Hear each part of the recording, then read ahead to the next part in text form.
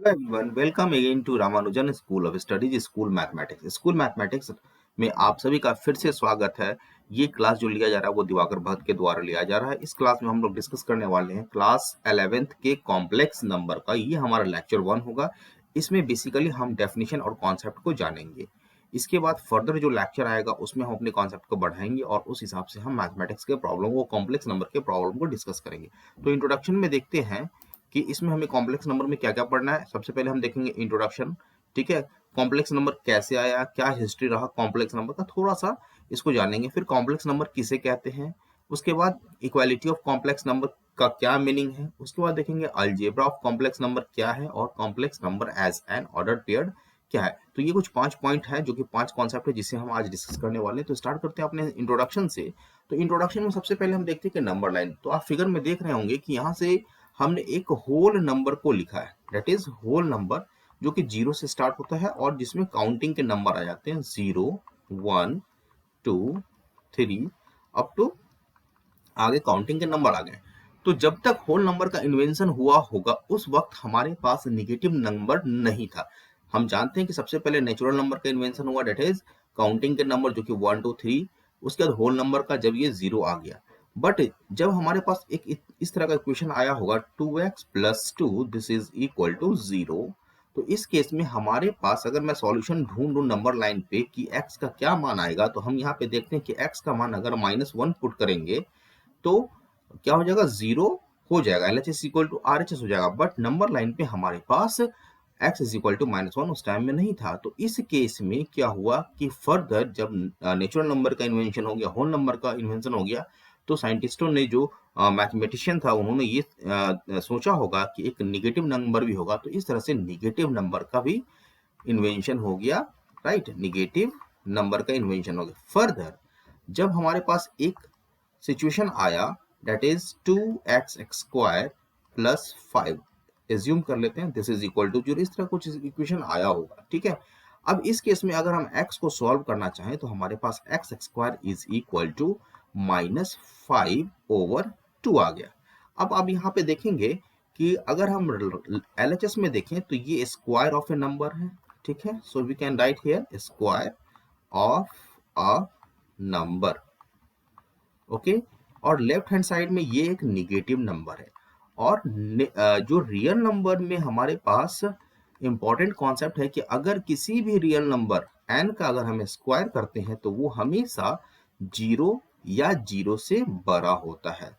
कभी भी square of a real number can not be negative. क्योंकि यहाँ पे स्क्वायर हमारे पास निगेटिव आ रहा है, तो इस तरह से हम यहाँ पे देखते हैं कि रियल नंबर में हमारे पास इस इक्वेशन का कोई भी सॉल्यूशन एग्जिस्ट नहीं करता है। तो इस केस में फर्दर कॉम्प्लेक्स नंबर का इन्वेंशन किया गया। ठीक है, कॉम्प्लेक्स नंबर। कॉम्प्लेक्स नंबर का जो बेसिक यूनिट है वो होता है आई। तो इसके लिए हम कहते हैं कि अगर x² plus 1 this is equal to 0 है, तो x² this is equal to -1 and x is equal to √-1। This √-1 is known as iota. Right, so this is I। तो कॉम्प्लेक्स नंबर में हम देखेंगे कि I is the symbol for a complex number. Now हम लोग next line में चलते हैं। यहाँ पे देखते हैं कि एक कॉम्प्लेक्स नंबर है। इस कॉम्प्लेक्स नंबर के अंदर इमेजिनरी नंबर आ गया। चूंकि यहाँ पे हम देखे हैं कि जो रियल नंबर में स्क्वायर का, जो रियल नंबर का स्क्वायर होता है वो हमेशा 0 से बड़ा होगा। तो ऐसा नंबर जिसका स्क्वायर नेगेटिव है उसे हम इमेजिनरी नंबर कहेंगे। तो कॉम्प्लेक्स नंबर में हमारे पास सारे के सारे रियल नंबर आ जाएंगे और सारे के सारे इमेजिनरी नंबर आ जाएंगे। ओके, अब ये रियल नंबर कैसे आते हैं वो हम अभी डिस्कस कर लेंगे। नाउ हम लोग जानते हैं कि रियल नंबर के अंदर इरेशनल रैशनल आ जाएंगे, रैशनल के अंदर इंटीजर होता है, इंटीजर के अंदर होल नंबर और होल नंबर के अंदर नेचुरल नंबर है। तो ये जो क्लासिफिकेशन है नंबर का, एक बार ये रिवीजन के लिए ये मैप दे दिया गया है तो आप इसे देख लेंगे। So complex number consist of real number and imaginary number. So as we discuss here I is equal to √-1। So अगर I इज इक्वल टू -1 हो रहा है तो इसे हम आयोटा कहते हैं। क्या कहते हैं? I को iota.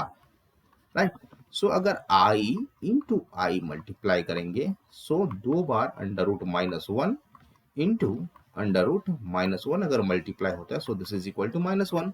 Okay, so I square is equal to -1। तो यहाँ पे हम लोग देख रहे हैं कि आई किसे कहते हैं और आई की प्रॉपर्टीज क्या है। So we can write here I, see here I is equal to under root -1 I square.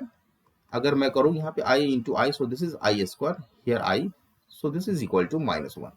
Now I into I, अगर हम तीन बार मल्टीप्लाई करेंगे तो I square into I, so I square is equal to -1 and I is under root -1, so we can write here further I cube, this is equal to minus root under -1 and again I4 अगर करना चाहूँ तो ये हो जाएगा हमारा I square into I square, so I square is -1 and I square is -1, so we can write here I square into I square, that is -1 into -1, so this is equal to -1 plus 1। so यहाँ पे हम देखते हैं कि I4 जो है एक real number में आ जाता है जिसका वैल्यू 1 हो रहा है। तो ये बहुत ही इंपॉर्टेंट कॉन्सेप्ट है।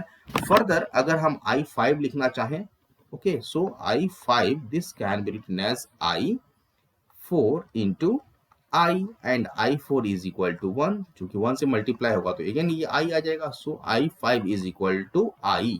Okay, so we can write further I5 is equal to I। So यहाँ पे हर 4 पावर के बाद ये उसी चीज को रिपीट करेगा। तो ये एक इंपॉर्टेंट कॉन्सेप्ट है, इसको ध्यान में रखना है। सो अगर कोई पूछे कि what is the value of I to the power 101, so अगर मुझे कहे कि I टू द पावर 101 का क्या वैल्यू होगा, तो हम क्या कर सकते हैं, इसको इस वैल्यू के निकालने के लिए I का पावर 4 एक्सपोनेंशियल का यूज करेंगे, मल्टीप्लाई बाई 25, सो 25 मल्टीप्लाई 4 ये 100 हो जाएगा, तो I का पावर 100 हो गया इंटू आई एंड I का power 4 is equal to +1, so we can write here 1 to the power 25 into I, so further we can write this is equal to I. तो यहाँ पे ये चीज इंपॉर्टेंट है कि जो I टू द पावर 4 है तो वो 1 होगा, फिर 4 मल्टीप्लीकेशन के बाद I टू द पावर 8 भी 1 होगा। तो इस प्रॉपर्टीज को यूज करके that is I4 this is equal to 1, we can find a number of we can solve a number of question of the complex number। आगे चलते हैं। तो यहां से हम लोगों ने I की प्रॉपर्टीज देख लिया, अब है डेफिनेशन। तो कॉम्प्लेक्स नंबर किसे कहते हैं, यहां से बहुत कुछ क्लियर हो जाएगा किसके बारे में, कॉम्प्लेक्स नंबर में रियल नंबर क्यों आता है और इमेजिनरी नंबर क्यों आता है, ये सब चीज क्लियर हो जाएगा इस डेफिनेशन से। तो चलते हैं। डेफिनेशन है an expression in the form of x plus iy where x and y are real numbers and I is a symbol is called complex number। यहाँ पे I क्या हो जाएगा, हमारा आयोटा हो जाएगा जिसका वैल्यू √-1 होता है, is called a complex number and denoted by z। so z is equal to x plus i y, इसे हम कहते हैं कॉम्प्लेक्स नंबर। इंपॉर्टेंट यहाँ पे ये है कि अगर x जो है ये हमारा रियल पार्ट होता है, real part, complex number is a mixture of two number, that is a real number and imaginary number, so x is called real part and y जो है सिर्फ y, I को नहीं कहेंगे, y ये हमारा imaginary part होगा, imaginary part होगा। अब एक चीज यहाँ पे देखना इंपॉर्टेंट है कि अगर if y is equal to 0 हो जाता, अगर इमेजिनरी पार्ट 0 हो गया तो जो z होगा वो z हमारा x होगा और ये प्योरली रियल होगा, और जैसे ये रियल होगा ये हमारा आ जाएगा इस ग्राफ में रियल नंबर के अंदर। सो कॉम्प्लेक्स नंबर के अंदर रियल नंबर तब आ जाता है, प्योरली रियल तब आ जाता है जब इमेजिनरी पार्ट 0 हो जाता है। फर्दर अगर हम देखते हैं कि अगर x इज इक्वल टू 0 हो गया, x is equal to 0 that is the real part अगर 0 हो जाएगा तो z जो है इमेजिनरी के साथ आयोटा के साथ y आ जाएगा, सो this is the purely imaginary number. So for purely imaginary number real part must be 0 and for purely real number imaginary part must be 0। इस तरह से हम देखते हैं कि जब रियल पार्ट 0 हो जाएगा तो हमारे पास प्योरली इमेजिनरी नंबर ये वाला पार्ट आ जाएगा। So a complex number is a set of real number and imaginary number। okay, so real number can be said as a complex number। जो real number है उसे हम कॉम्प्लेक्स मतलब real number को हम कॉम्प्लेक्स नंबर कह सकते हैं। क्यों कह सकते हैं? क्योंकि रियल नंबर में इमेजिनरी पार्ट 0 हो रहा है। तो अब यहाँ से एक चीज तो हो गया कि इसमें कॉम्प्लेक्स नंबर में 2 पार्ट है, तो क्या इसे हम ग्राफ पे लेके जा सकते हैं? यस, ऑब्वियसली ग्राफ पे लेके जा सकते हैं। अगर हम एक्स एक्सिस को रियल एक्सिस मान लें और वाई एक्सिस को इमेजिनरी एक्सिस, जैसा कि यहाँ पे इस ग्राफ में देखिए, मान लेते हैं कि ये हमारा ग्राफ है।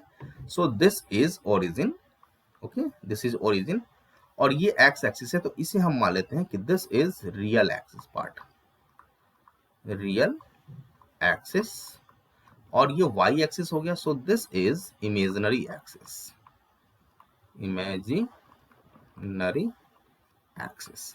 अब देखिए यहाँ पे अगर हम एक्स एक्सिस को रियल एक्सिस मान लें, तो एक्स एक्सिस के करस्पॉन्डिंग में जो भी पॉइंट आएगा that is the real part of the complex number.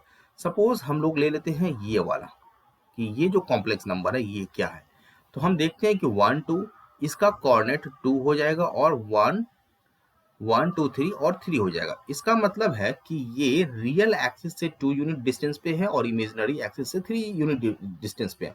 So real part of z, अगर हम this can be written as 2, okay, and imaginary part of z, this is equal to 3.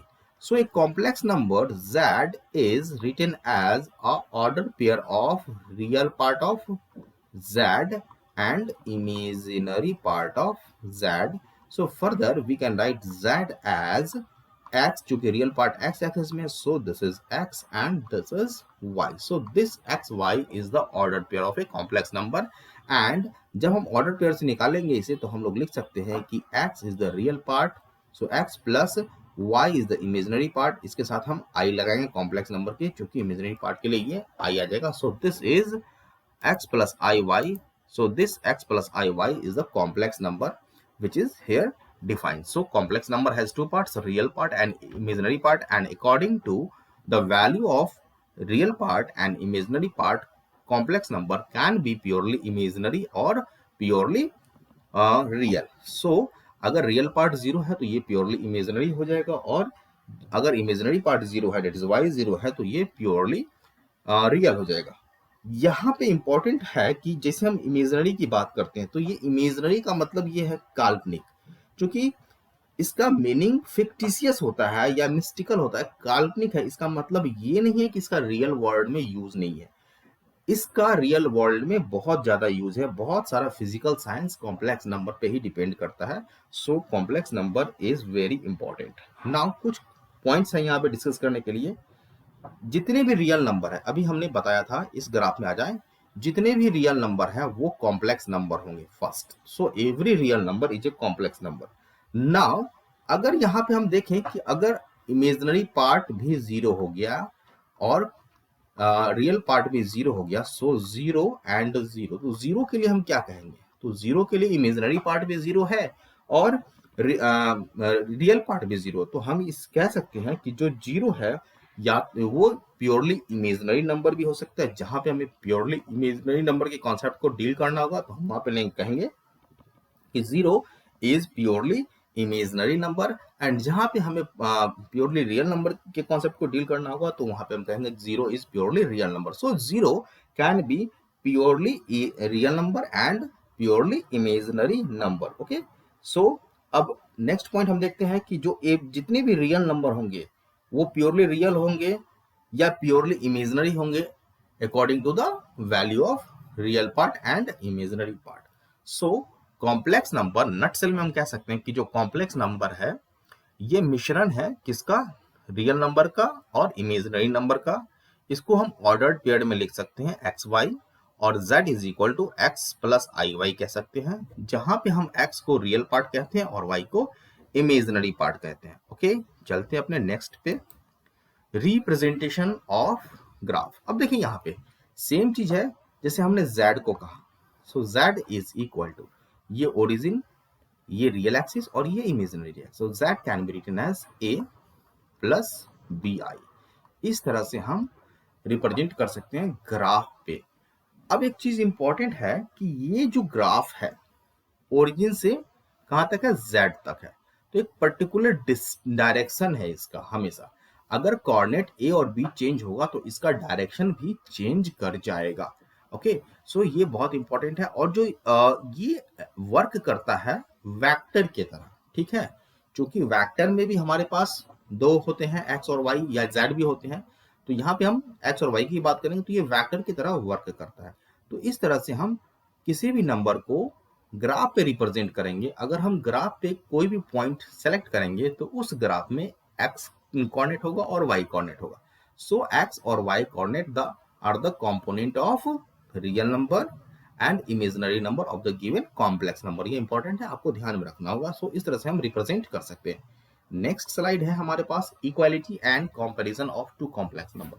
अब जैसे हमारे पास कोई भी दो नंबर रियल नंबर है, मान लेते हैं कि 5 है और 4 है, 5 है और 5 है, 5 है और 6 है। फर्स्ट केस में 5 is greater then 4, right, real number में हम बात कर रहे हैं। सेकेंड केस में 5 is greater than 5 is equal to 5 and third case में 5 is less than 6।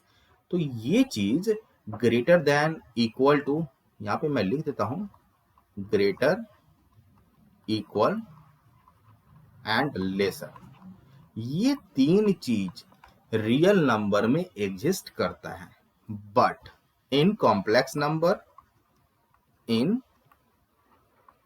Complex number, अगर कॉम्प्लेक्स नंबर की हम बात करें तो कंपैरिजन, कंपैरिजन जो है वो हम लोग नहीं कर सकते, can not do the comparison. मतलब कि कौन सा कॉम्प्लेक्स नंबर बड़ा है या कौन सा कॉम्प्लेक्स नंबर छोटा है, इसे हम नहीं बता सकते। अगर मैं बोलूं कि 1 + 2i और 2 + 1i, अगर इस दोनों में हम बात करें कि कौन सा बड़ा है, क्या ये बड़ा है ऐसे, तो वी कैन नॉट से, यहाँ पे हम कहेंगे कैन नॉट से, क्योंकि ये डिफाइन ही नहीं है। क्या ये छोटा है? Not define, not define.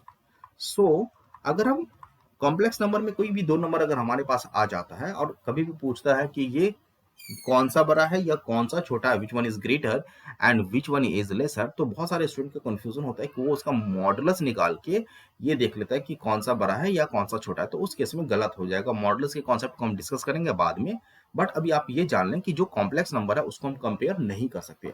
और किन किन क्वांटिटी को कंपेयर नहीं कर सकते हैं, क्योंकि कॉम्प्लेक्स नंबर वेक्टर की तरह होता है। सो वेक्टर जो है वो भी कॉम्प्लेक्स, इसको भी कंपेयर नहीं कर सकते हैं, और मैट्रिक्सेस को भी कॉम्प्लेक्स को कंपेयर नहीं कर सकते। So vector, matrix and complex number is not comparable, इसको हम कभी भी कंपेयर नहीं कर सकते हैं। कौन सा बड़ा है कौन सा छोटा है हम नहीं कर सकते, बट इक्वालिटी कह सकते हैं कि दो नंबर इक्वल हो सकता है, दो कॉम्प्लेक्स नंबर इक्वल हो सकता है। कैसे हो सकता है कि अगर मान लेते हैं कि x + iy ये कॉम्प्लेक्स नंबर है जो a + ib के बराबर है, तो इस केस में हम कह सकते हैं कि जो करस्पॉन्डिंग पार्ट होगा, that is real part first complex number का, real part second complex number के बराबर होगा, और imaginary part first complex number का imaginary part second complex number के बराबर होगा। तो हम इक्वालिटी को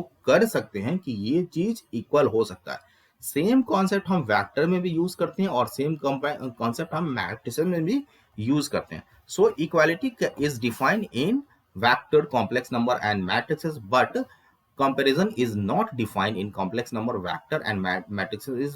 It is very important concept, आपको इस चीज को ध्यान में रखना होगा। ओके, तो ये हमारा equality and comparison of complex number हो गया। आगे चलते हैं।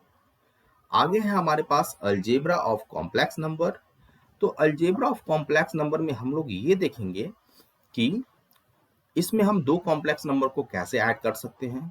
उसके बाद है हमारे पास सब्सट्रैक्शन, उसके बाद मल्टीप्लिकेशन एंड डिवीजन। तो ये 4 पॉइंट हम लोग नेक्स्ट क्लास में डिस्कस करेंगे कि कैसे हम दो कॉम्प्लेक्स नंबर को ऐड कर सकते हैं, घटा सकते हैं, बढ़ा सकते हैं, घटा सकते हैं या डिवाइड कर सकते हैं। तो आज के लिए हम लोग इतना ही रखते हैं। अगर आपको ये वीडियो पसंद आया होगा तो आप इसे शेयर, सब्सक्राइब और लाइक जरूर कर लें, और आप इस वीडियो के बारे में कमेंट भी कर सकते हैं, क्योंकि अगर कोई भी खामियां इस वीडियो में है तो उसे नेक्स्ट वीडियो में हम उसे करेक्ट कर सकते हैं। तो आप लोगों को देखने के लिए फिर से एक बार धन्यवाद। बने रहिएगा हमारे साथ यानी दिवाकर भगत के साथ। Thank you everyone.